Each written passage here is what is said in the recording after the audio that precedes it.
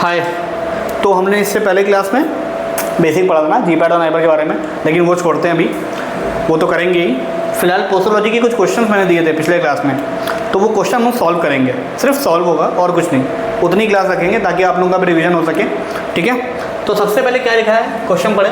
Using Dilling's rule, question अपने पास पहले से ही होगा। Calculate dose for a 10-year-old child if the adult dose is 500 mg। तो हमें याद करना है डिलिंग्स का फॉर्मूला क्या था। जब तक मैं लिख रहा हूँ तब तक आपकी कॉपी में लिख जाना चाहिए, ठीक है। क्या था, क्या था, लिखो, रोको यूट्यूब वीडियो को, रोको भाई और लिखो।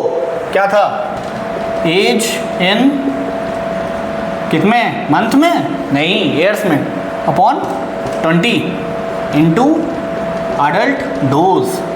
मैंने बताया था 20 क्यों, 20 की उम्र में ही दिल लगता है, दिल लगता है इसीलिए डिलिंग फॉर्मूला है, क्यों है ना। हाँ चलिए, तो age in years upon 20, age यहाँ पर क्या दे रखी है 10 और 20, अडल्ट डोज कितनी है 500। सिंपल था ना, 250 mg। अच्छा कोई पूछ रहा था मेरे से कि mg है और एज का क्या होगा फिर। अब 10 years old और 20 है ना, ईयर्स का वो नहीं लेते हम लोग, यूनिट नहीं लेते है ना। तो आपको रखना है क्या 250 mg, दैट्स इट। हम लोग डोज पूछ रहे हैं ना, तो डोज mg में होगा ना। अच्छा और क्या हो सकता है, चलो वो हम लोग आगे बात करते हैं। ये हो गया हमारा पहला क्वेश्चन। दूसरे क्वेश्चन के लिए मैं फिर से वीडियो पॉज करते हैं हम लोग, ठीक है। अब यहाँ पर क्वेश्चन क्या है, using Clark rule calculate dose for a child जिनका वेट क्या है 75 lbs है, अडल्ट डोज इज 300 mg। तो क्लार्क रूल याद रखना है आपको। पहले एक बार देखो आप लोग, हमने पढ़ाया ना पिछले लेक्चर, देखो एक बार है ना।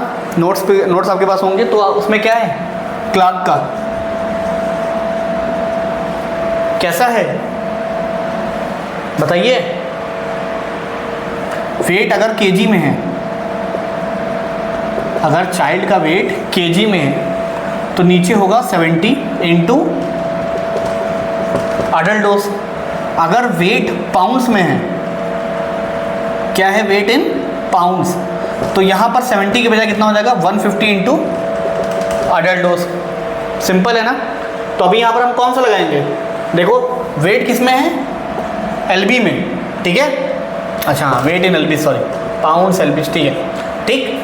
तो क्या लिखेंगे हम लोग, वेट इन एलबी मतलब कितना है 75 अपॉन 150 इंटू अडल्ट डोज कितना है 300। तो 150 इंटू 2 300, 75 टू ज़ा 150, तो 150 mg is the right answer, ठीक।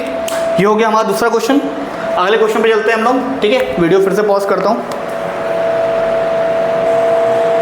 क्वेश्चन दिख रहा है, calculate dose for a child जिसका बॉडी सरफेस एरिया कितना है 0.43 मीटर स्क्वायर। अगर अडल्ट डोज 500 mg है तो बच्चे का डोज कितना होगा।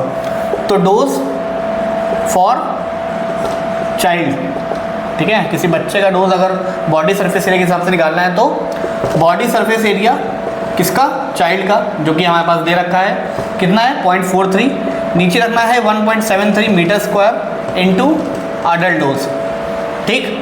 क्या है 0.43 है अपॉन मीटर स्क्वायर है ना, लिख देता है 1.73 metre square, metre square cut गया, और यहाँ पर अडल्ट डोज कितना है 500 mg, ठीक है। अब कैलकुलेटर आप लोगों के पास है ना, तो निकालिए और इसका आंसर लिखिए, ठीक। अभी हम लोग को चलते हैं अगले क्वेश्चन पे, ठीक। तो ये क्वेश्चन लोगों को बहुत कंफ्यूजिंग लगा था कि the child dose calculated by young and dealing formula is equal, मतलब चाइल्ड डोज बराबर होगा अगर चाहे यंग से करो चाहे डिलिंग से करो, अगर बच्चे का एज कितना हुआ, ठीक है।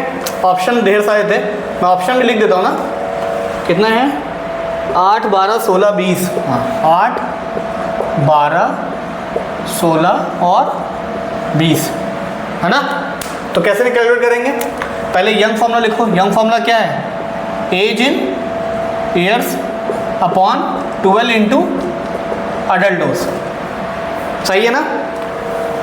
डिलिंग फॉर्मूला लिखो सब लोग, age in years upon 20 into adult dose, यही है ना।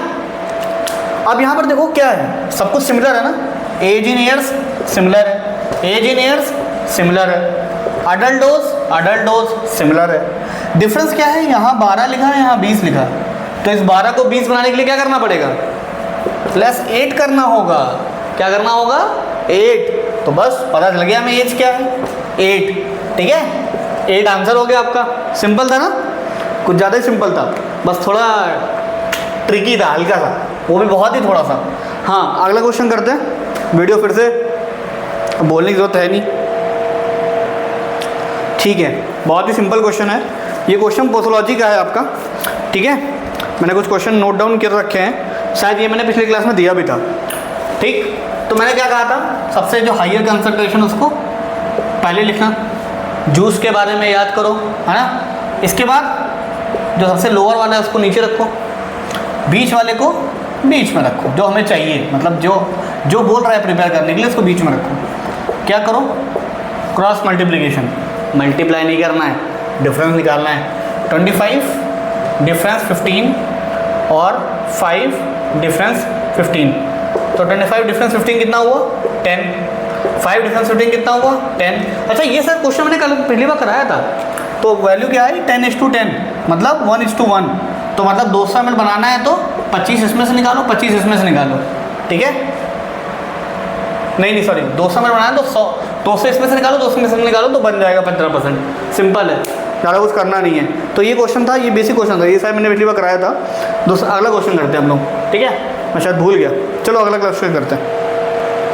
अब हमारा नेक्स्ट, मिक्स 70% सोल्यूशन एंड 10%। जैसे ही बड़ा आदमी देखो उसको सबसे ऊपर रखो, फिर छोटे वाले आदमी को नीचे, और मिडिल क्लास वाले को बीच में। यही तो हो रहा है, जो 70% वाले हैं वो ऊपर ही हैं, 10% वाले नीचे ही हैं, हाँ, मिडिल क्लास वाला बीच में, सैंडविच की तरह। यही तो चल रहा है। तो यहाँ पर भी एलिगेशन मेथड ऐसे ही कुछ है ना। 70 डिफरेंस 40 और 40 डिफरेंस 10। अरे यार, सेम क्वेश्चन सेम आंसर बार बार आ रहा है यार, क्या दिक्कत है यार। यहाँ भी 30-30 आ गया। ठीक है, 30:30, मतलब रेशियो सेम है ना।